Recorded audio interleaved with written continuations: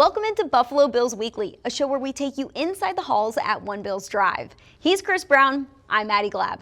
The Bills had a comeback win to remember in Week 1 against the Ravens. Down 15 with under 4 to play, the Bills came alive thanks to their magician at quarterback, Josh Allen. Head coach Sean McDermott said wins like this help the team early on. How does a win like this in Week 1 help Buffalo going forward? Well, you certainly are glad that you pulled that game out. You feel like you're never out of a game, no matter the deficit. I think carrying all the emotional highs and lows from one week to the next is kind of tough, just because by the time these players get to Wednesday, they've mentally reset for the next opponent. It's a division opponent. They'll certainly be up for them. But to duplicate that the very next week at the start of the game, I think that's kind of a tough thing to conjure up. Buffalo scored 41 points in Week 1. It took everybody. 9 players caught passes from Allen. It's safe to say that everybody eats mentality is back. You never know who's going to get the ball. It's so hard to defend for defenses. Yeah, it's a multifaceted passing game, and while I do expect the Jets to focus a lot of attention on Keon Coleman based on the second half that he had, the playmaking ability that he put on display in that game, okay, you're going to focus attention on him, fine. There are other players within the scope of this offense and this passing game that have produced in the past that Josh has full confidence in. So it just allows him to target the open receiver, whoever it is. They even trusted a rookie tight end in Jackson Hawes, who's known for blocking, to catch a 29-yard pass from Allen in a pivotal drive. Allen starred as the main character in the comeback. 251 passing yards, 3 total touchdowns in the fourth quarter. Allen makes the impossible possible.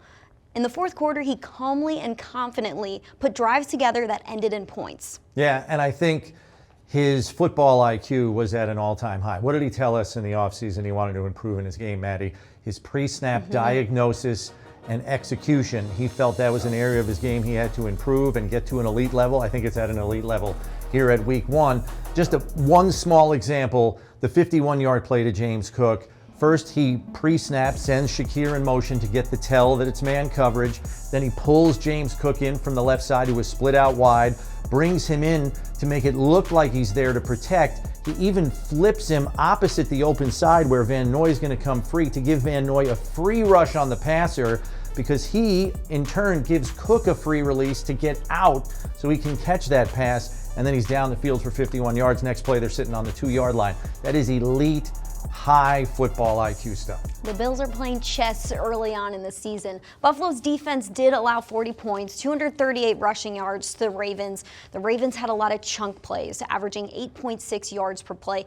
The Bills had a tough time getting Baltimore on the ground. How can the rush and coverage do a better job of working together? Yeah, I think it goes even beyond the rush and the coverage. I think the main problem defensively was at the second level of the defense. The linebackers were not enough of a factor in defending the run. When you play a team like the Ravens that run the ball as much as they do, at the end of the game, your leading tacklers should be your linebackers. 3 of the top 5 tacklers for the Bills were defensive backs.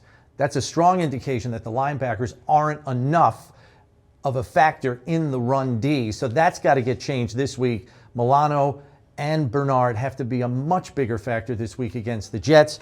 And then you look at the pressure up front. I thought it was there at times. It was effective at times.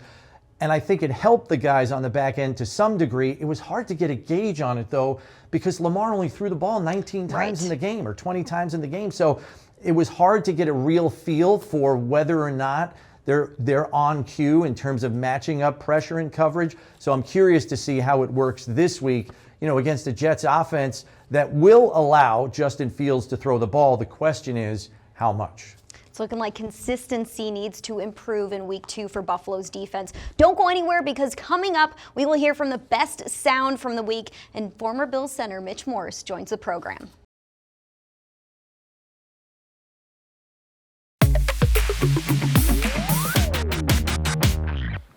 Obviously we'll watch it. I think it's a different outfit. They got some absolute studs on this defense. Obviously their front is really solid. They get after the quarterback really well. They work together really well, and their front and the back end are working in unison right now.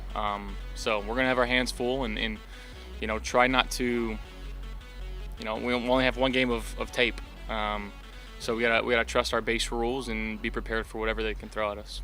Yeah, I mean they have a system that's been in place there for a long time. I think they have a bunch of smart players. They have a good front seven. They communicate well in the back end. So just all in all, what you want in a great defense. I think they have that. They have great DC. Does a good job mixing stuff up, showing different blitzes and different coverages and stuff like that. So it's going to be a fun test come up Sunday. They do have two hellified running backs in number 20 and number 0. So I think they ran the ball 39 times this past game. So first thing first, got to knock that out, and then we worry about the pass and stuff like that. But as far as the inside guys, they were getting movement on guys, and they look pretty good. It's always a battle. I mean, obviously I don't really enjoy it. You never, as a corner, you never really enjoy playing against like running quarterbacks or quarterbacks that's capable of using their legs and stuff like that. So, I'm looking forward to it. I know he's a competitor. He's a guy. So, we are very aware of that for sure. Yeah, they racked up a ton of yards. They held the ball, kept the ball away from Aaron there, and this is a good team. By all accounts, should have won that game, and you can tell they're trying to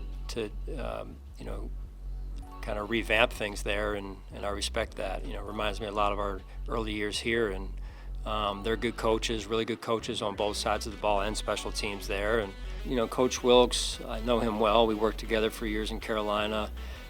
Coach Washington as well. He worked here and we worked together as well. So, two of the other defensive coaches, very good coaches, and they always take what they have and make it better. And not that those players weren't already good, they are really good. A number of first and second round picks, high picks across that defense, especially up front. So they're a force to contend with, and we've got to make sure that we do a really good job of knowing where people are and making sure we're communicating and on our assignments. And man, they bring a lot to the table when it just comes to understanding how to play the game of football. They did some really good things when it comes to situational football. So this will be a really good challenge for us. But I know for a fact our guys are looking forward to the challenge. But just understanding exactly who Josh is as a quarterback, and man, he's tough. He's highly competitive, and he allows this offense to never be out of a play, if that makes sense. Welcome back into Buffalo Bills Weekly. It's now time for a segment we're calling Morse Code. Yes, it features former Bills center Mitch Morse. Mitch, come on into this thing. Happy to have you here with us. Hey, thanks for having me, gang. So good to see your face. Look at you with a mic in front of your face. How's it been? It's still a little bit of a venture, to say the least. We, off camera, we're having many technical difficulties on my end, but we're working it out, and I'm having a lot of people holding my hand through this process. Hey, you're doing great so far, killing it in the podcast realm, and we're so lucky to have you on our program. We got to dive into this epic Week 1 comeback by the Bills against the Ravens. Down 15 with under 4 to play in the fourth quarter, Bills quarterback Josh Allen comes alive with 251 passing yards and 3 touchdowns. The Bills score 22 points in the fourth quarter, including a walk-off field goal by Matt Prater to seal the deal on a Buffalo Bills victory. Things were crazy on the sidelines, Mitch. You know what it's like to be in a game like that. What's something that happens during that time period that fans don't see? Well, I don't know, Maddy, to your point, how many games I've actually been a part of just like that, with you reading that off. And if I was, I believe we lost every one of them. Stop. That being said, the thing that I thought stood out the most in seeing this ball club is what the second half brought, like what a little breakage in time will do. It's not even only the X's and O's you can kind of recap and get through and figure out to make adjustments, but there's also mental adjustments. Like, what's my energy level? What am I going to put my effort towards? It just looked like a calmer ball club that came out in that second half, and that's going to happen with these big regular season games like this one. You're going to have these emotions that might get you out of your zone, might get you out of your mental cues, and what I saw on both sides of the ball was that the game slowed down a bit, and that's why we saw that effort in that second half, especially that fourth quarter and that 4 minutes left in the fourth quarter, and both sides of the ball just really humming. You spoke about the calmness. Sean McDermott talked about it in the locker room after the game, saying something along the lines of, this is the type of team I want to see in the beginning of the season. We're talking about who we are as an identity here. Who is Josh Allen in moments in a game where your back is against the wall, but Allen's thinking, we got this in the bag? Yeah, I think he's the coolest, calmest customer in the whole place. He loves it. I think that's when everything just kind of narrows in. His scope seems to, focus. He just seems to get that little killer instinct that he's got, like the same guy that wants to get hit early in the game is the same guy that's going to come out and bring his best in those big moments, which is an attribute that not all football players have, and especially quarterbacks.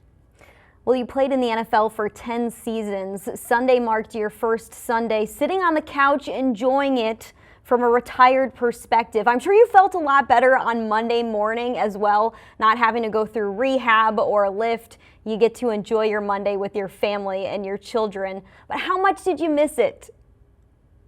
Maddy, the actual art of playing, like being out there, not even the slightest. There's not enough Toradol or tape to get this old bag of bones out there to even do one play. The one thing I do miss, and I'd be remiss to say, and that we saw a little bit from the socials and what we're able to see in the locker room, is just what that means, that bliss, that energy after a big win. There's not much like it. I mean, you probably have the day you marry the love of your life, the birth of your kiddos, and then around that, a little bit below, of course, are those moments that you have. It's just surreal. It's so hard to explain. If you could put that in a pill form, you'd be a billionaire. And let me just say, like the spicy Gatorades you have, which we call Labatt Blues after those games, just taste a little bit better after games like that. The spicy Gatorade. Well, it's good to hear that you don't miss the wear and tear on your body. It sounds like it's a little 50-50 there. So we're glad that you get to watch from the comfort of your own home this season and kind of take in the NFL from a fan's perspective. Let's spin it forward. The Bills are going to face a similar style quarterback and running back in the Jets. You got Justin Fields, who's a mobile quarterback. You also have Breece Hall, who's a running back who knows how to run the rock. How does having a tune-up in week one help you in week two? Yeah, Maddy, I don't know if you've seen the Jets play this year, but this isn't your Jets team of old. I saw one of the more well-rounded teams, in the NFL play the Steelers this past Sunday. Yeah, I think you have that Justin Fields, who's very mobile, can be an accurate passer and also escape out of the pocket. You have Breece Hall, who's an amazing running back, and I saw an offensive line that's looked as good as it's had in a decade or so, back from the Nick Mangold era for the Jets. So it'll be good to have that. I mean, what a test and what an experience to have that week one. I will say that sometimes watching film after big games is when you get coached the hardest, even after a win. But we were talking about earlier, the competitive maturity of these leaders, especially on this team. They're going to digest that information and they're going to implement it onto the practice field and just get those adjustments. It's nothing big. It's just kind of attention to detail, and they'll get it going for a really not a big letdown in competition with the Jets week two. Yeah, speaking of watching that film back, Terrell Bernard was in the locker room after the game. He said, I know there's a lot of things we have to correct on defense, but it's going to feel a lot better going through this film knowing that we finished it off with a W. Without a doubt. The W's and the spicy Gatorades make it a whole lot sweeter. W's and the spicy Gatorades. I can't wait for more Mitch Morse-isms as we go throughout this season with Morse Code. Mitch, thanks for joining us on this version of Morse Code, and we can't wait for many more to come. You're a treat, Maddy. Thank you so much. All right, that was Bills' former center, Mitch Morse, joining us here on the program. And stay tuned, because coming up, we are diving into all the stadium updates you need to know here on Buffalo Bills Weekly.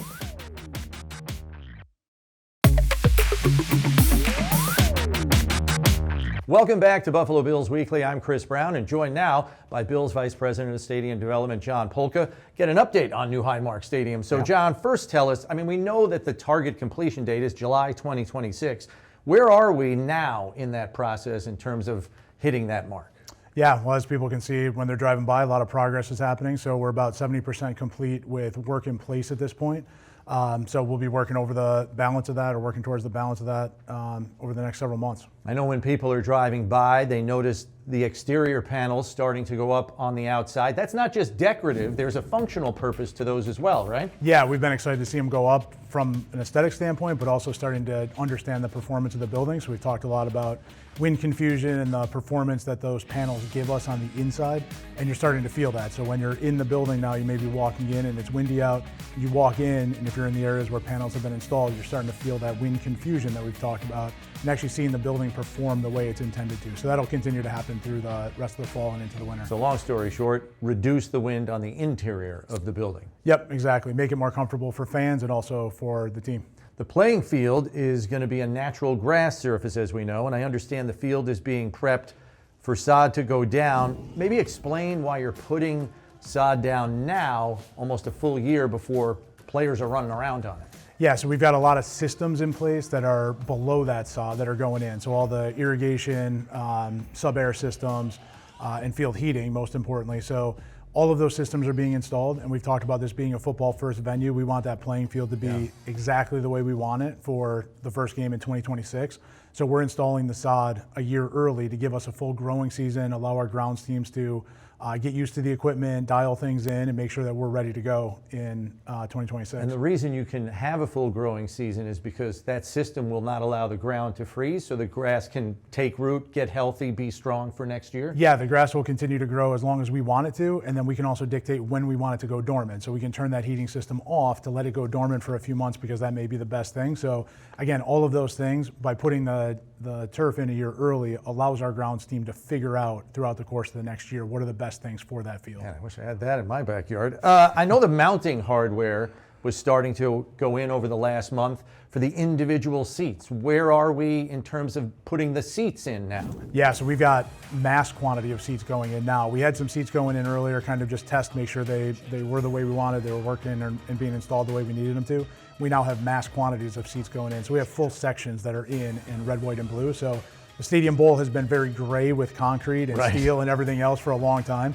And we're actually seeing the Stadium Bowl come to life now with red, white, and blue. That's awesome. Sounds like some exciting updates going on over there. Some finishing parts of this look like they're starting to take shape. Super exciting. Yeah, it's exciting, and it's great for the fans to be able to see it. As the season progresses here, they're going to see things happening out on site. John, thanks very much for the time. We appreciate those updates. That's Vice President of Stadium Development, John Polka, joining us. Stay tuned here on Buffalo Bills Weekly, because coming up next, we're going to preview the Bills' Week 2 matchup with the Jets. Welcome into Buffalo Bills Weekly. The Bills are taking on the Jets in Week 2. There's a new vibe in New Jersey. The Jets hired former Detroit defensive coordinator Aaron Glenn in January. Since then, there's been a culture transformation. Glenn is setting the right foundation in New Jersey, something the Jets have been looking for years. Yes, and he reinforced that accountability. There's reports he's going to release his return man who had a fumble in Week 1 against Pittsburgh that essentially cost them the game in the fourth quarter. They had a 2-point lead. He fumbles the ball. Steelers go in and score. They have the lead, and though the Jets came back, they lose on a 60-yard field goal. Accountability is being preached hardcore by Glenn, and there are penalties to pay if you don't live up to it. The Bills had a game plan for Ravens quarterback Lamar Jackson and running back Derrick Henry in Week 1. Not easy. In Week 2, they get a similar skill set, quarterback Justin Fields and running back Breece Hall. Fields is a mobile quarterback you have to plan for in more ways than one, and Hall is a versatile, powerful running back, 22 touchdowns in the last 3 seasons. How does a similar skill set in Week 1 help you in Week 2? The skill set helps from the personnel you're preparing for. I think what we have to remember, though, is the Jets essentially run the same scheme that the Lions and Rams run. If you remember last year, the Lions and Rams killed the Bills defense with that rollout passing game. I expect Justin Fields to be rolling out a ton. They're giving him a lot of freedom to throw the ball, and if nothing's there, he's just going to take off and run because he can. And then Breece Hall, I think, is an underrated threat here because since 2022, backs with more than 20 carries against the Bills, Breece Hall is third in yards per carry average at 6.4 yards per touch. That's a big number. The only 2 guys with a higher yards per carry average against the Bills, Lamar Jackson and Derrick Henry. All right, something to account for in this week's game against the Jets. The Jets faced a 2-point loss in week 1 to the Steelers. You got a new head coach in Aaron Glenn who believes the team has a ton of talent. They don't want to start the season 0-2. Why do the Bills have to be ready for some desperation football? Yeah, it's desperation. That is exactly what the Jets are going to have when they come into this game.